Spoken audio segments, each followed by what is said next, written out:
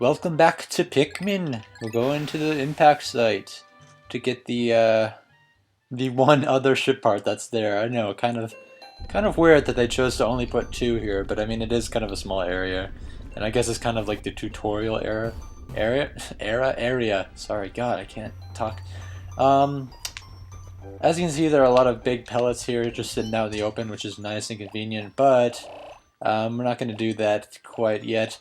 We're going to go after the ship part first. It's not too hard to get, but I'm going to take equal amounts of each type of Pikmin just cause I like doing that. Except for reds, I'm going to take 34 of them because they're cool.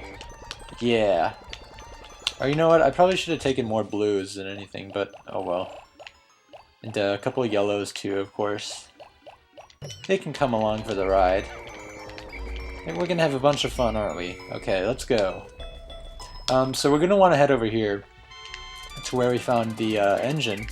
Oh, and of course there's a beetle here. Okay, man, well, if you're gonna be here, then at least give us stuff like you're supposed to. Okay. I don't have any Pikmin in my squad. That's kind of sad. They're all trying to attack this stupid beetle. Okay, stop it! Come back here. No more attacking the beetle. Come get this nectar, and then we're gonna go get the ship part, and then we're out of here, okay? That's all we're doing. Nothing... Who brought something back to the onion? Seriously? What? There wasn't even anything for you to get. Do you... Stop! No, stop attacking that, for God's sake. Okay, I have all 100. God damn it. They just never listen to me. We're not going to be able to get all 100 up here anyway, so I don't really... Oh! This right here is an optional boss. Well, I guess not really optional, just kind of secret. I don't know why I said secret twice. It's just that secretive that I had to say it twice. This is the Mamuda. This is theorized to be what the Smoky Prog grows up to be. And this thing actually freaks me out quite a bit. It reminds me of Sloth from the Goonies, but that's just me. Anyway, he has a couple attacks. In one of them, he slams Pikmin into the ground. This guy can actually cannot kill any Pikmin. So when he does his attack, the Pikmin go into the ground, but when they go into the ground, they automatically become flowers. So any Pikmin that this guy hits becomes a flower Pikmin. So not really very difficult at all. I mean, if this is the opposite of difficult. This is actually very convenient for me because he makes them all flowers. Oh, we need yellows to get bomb rocks, don't we? Yes. We need you to get bomb rocks, fellas. Oh, why they spread out so far? I've never seen them spread out that far to separate. Did I bring all 100 up there? I think that's a first. Oh, no, I didn't. How did they get over there? Get these bomb rocks, guys. Stop! Get out of here, man. I'm sick and tired of you fucking around with my Pikmin. Stupid beetle. Okay. And, just gotta separate them one more time. Go ahead and try to pick that up. I doubt you'll succeed. Oh, never mind. Apparently you succeeded. That's great for you, but I don't... I'm just gonna throw them all because I don't have patience to wait. Oh, and one of them died. How sad. But past this point, past this wall, you're pretty much gonna only need blues. So I'm just gonna take them all. And I know I have more than 11 blues. Come on.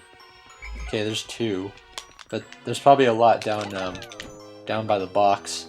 Down by the box where the engine was. I dare not go. I don't even remember how that stupid song goes. Okay, more blues are here. Can't even see what I'm whistling at. And of course the yellow came with me. Get out of here! Oh, I forgot, you can't switch between types like in Pikmin 2. How stupid and inconvenient that is. If only you could switch between 2 types as like in Pikmin 2. That'd be fantastic, but no! They were being stupid when they designed this game. I'm just kidding. Pikmin is a very good game. Even the first one. Alright, I guess that's all our blues, even though it's definitely not 33. At least I don't think it is. Yeah, why do we only have 22? This is redonkulous.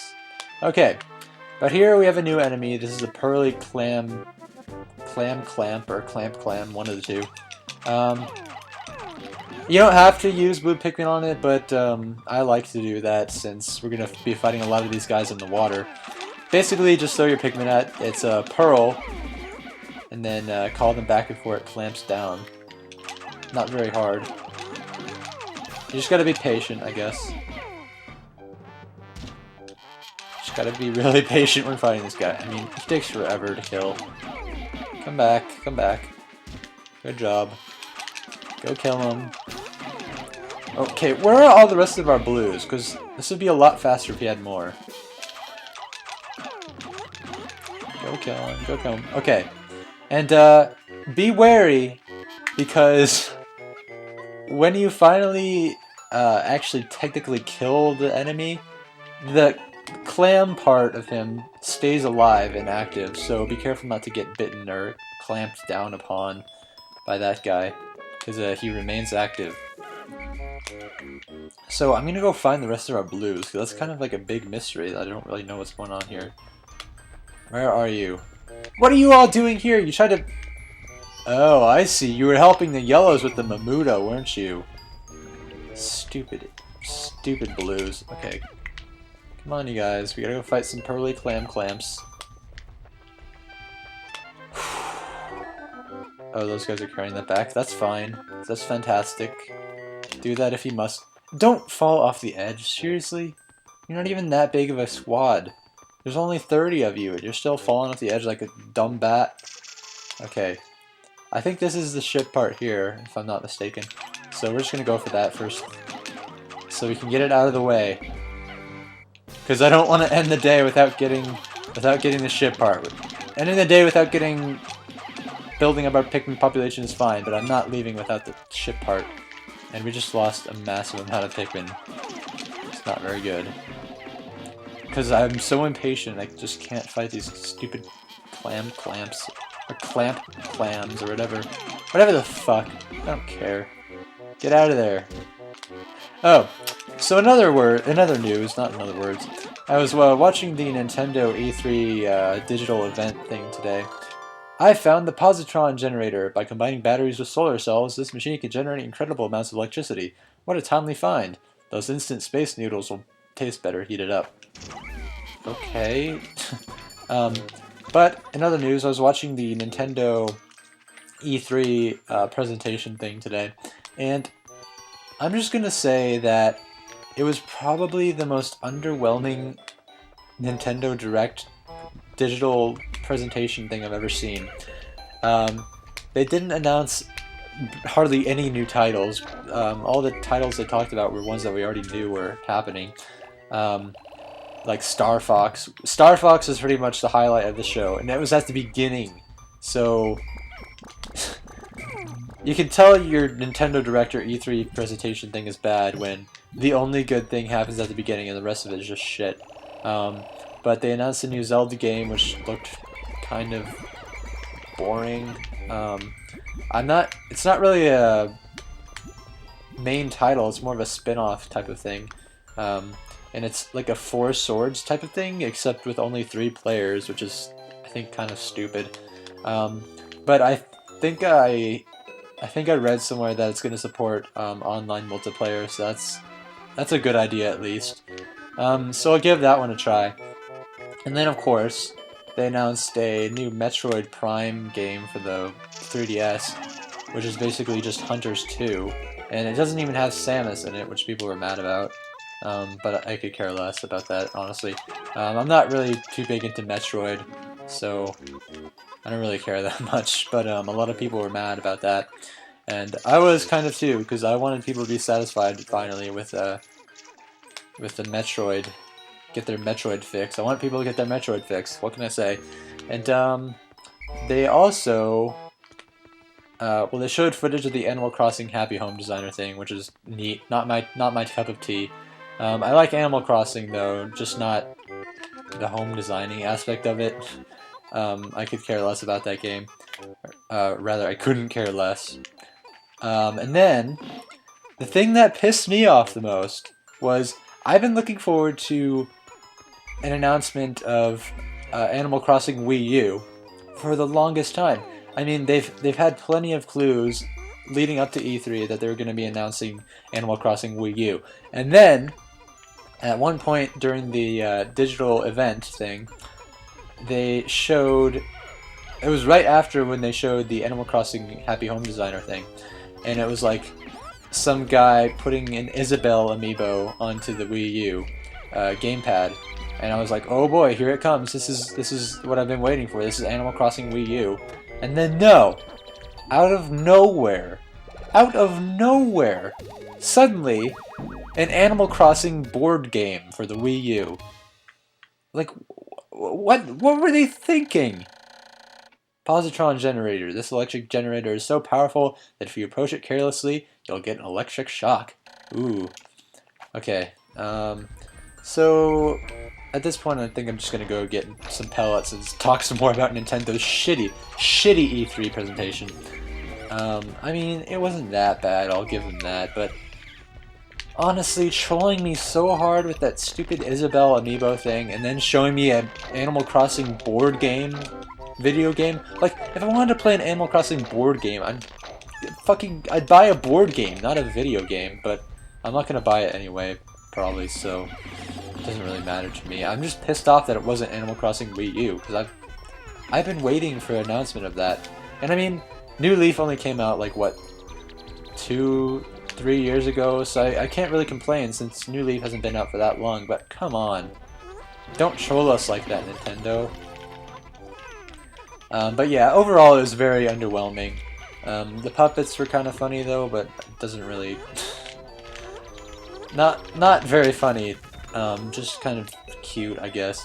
They showed lots of new Yoshi's Woolly World thing, and also, I have one more thing to be pissed off about, and that's the Woolly World release date. Woolly World is probably one of the most promising things they showed today, other than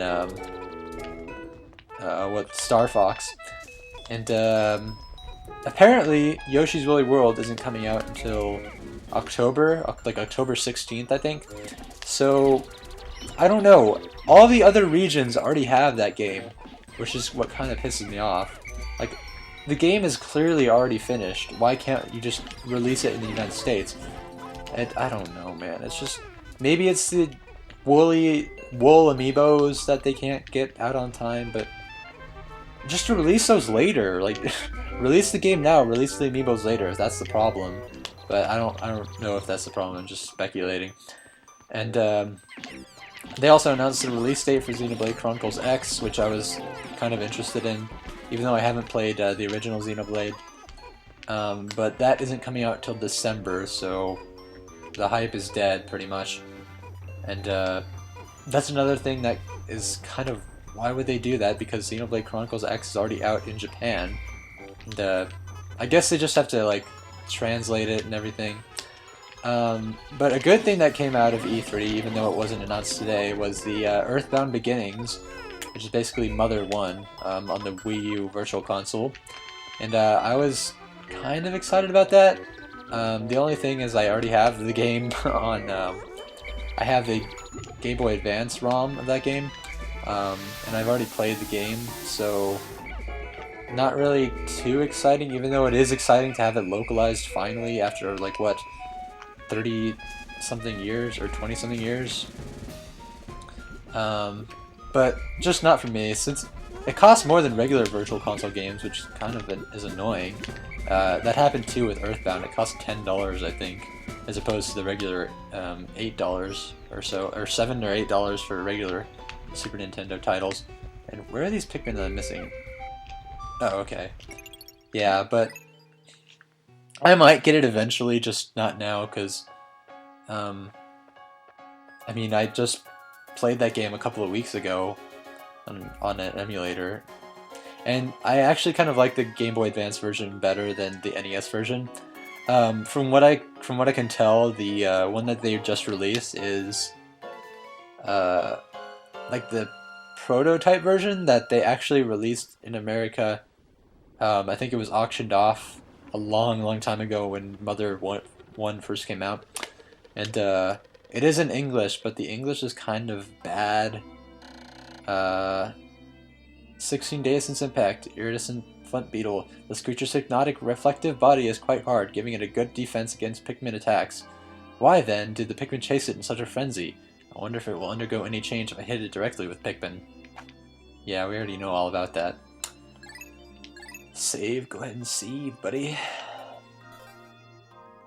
But yeah, that's pretty much it for this episode of Pikmin. Tomorrow, we're going to go back to the Forest of Hope to get the last 3 ship parts there. So I'll see you then.